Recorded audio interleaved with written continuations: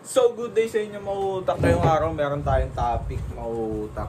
At ito ay nagkakalat sa buong social media. Ayan o, yung post ng Taragis Takoyaki. Kaya mo bang gawin para sa 100k?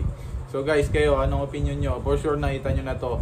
So dito sabi sa post, gusto mo ba ng 100k? Number 1, kunin mo ang logo ng Taragis Takoyaki. Number 2, ipatato mo sa noo. Number 3, kung sino man ang unang makapag-send sa amin, siya ang mananalo ng 100k. Tapos sa baba, click the photo for official rules. So ayun guys, ang hindi inaasahang pangyayari dito, may nagpatato talaga kasi hindi ata alam na April Fools lang. Ayan o, nasa baba o.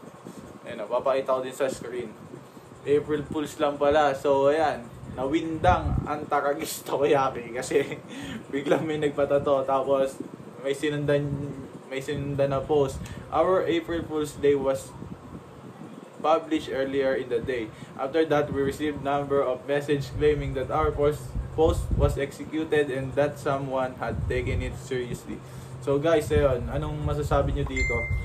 Para sa akin guys, maling-mali.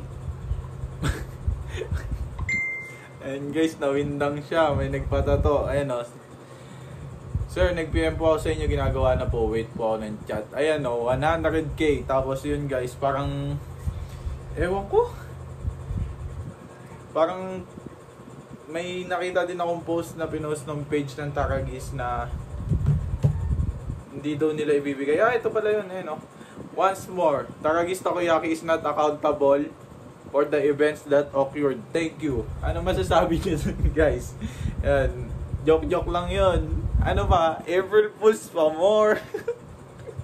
sana yung may-ari na itong page ng Takoyaki nag-post na lang siya ng Takoyaki for only 1 pesos. Ganoon na lang sana yung pinost niya. Tapos pag nag-message sa kanya, paano po i-avail yung 1 pesos na Takoyaki, di ba?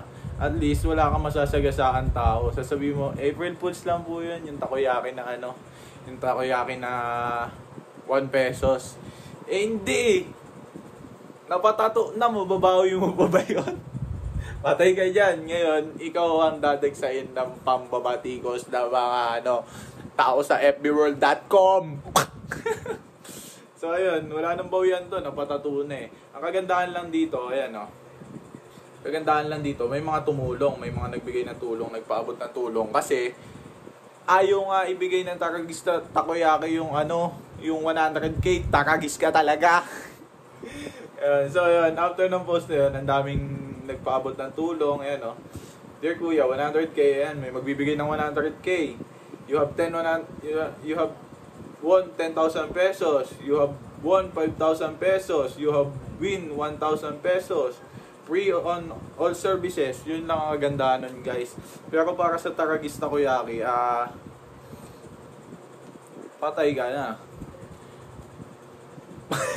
Pero para sa akin, na-market pa din yung Taragis Takoyaki dahil sa nangyari.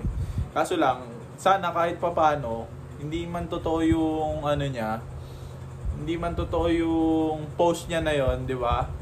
Eh may nagpatato na ng logo ng Takoyaki mo, win-win situation na yon. Kahit man lang sana hindi totoo yung post mo na yon. Sana nagbigay ka na lang kahit pakonsuelo, no? Bibihira yung gagawa nun.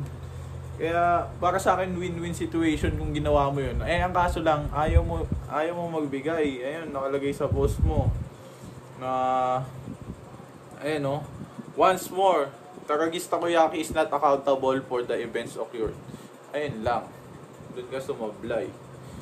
Sana kahit nagbigay ka na lang ng 15,000, 20,000, hindi ka nalugi doon. Hindi ka nalugi doon kasi bakit na-market na. Ayun o, napatato na, nag-viral na. Sana yung sinundan mong post, sige, magbibigay na lang kami ng 20k para kay kuya na nagpatato ng logo namin. Kasi nag-viral siya eh, pinatato niya eh, di ba? Ayun lang. Ngayon, mabuti na lang may nagpaabot ng tulong kay kuya. Pero sana yung may-ari ng Taragis Takoyaki, di ba? Abutan mo na lang para Wala na masabi sa yung FB World. Kaso lang, tapos na eh. Nakapag-post ko na eh. Kaya, mahalaga talaga, think before you click. Okay? Yun lang guys, kayo, ano opinion nyo dun?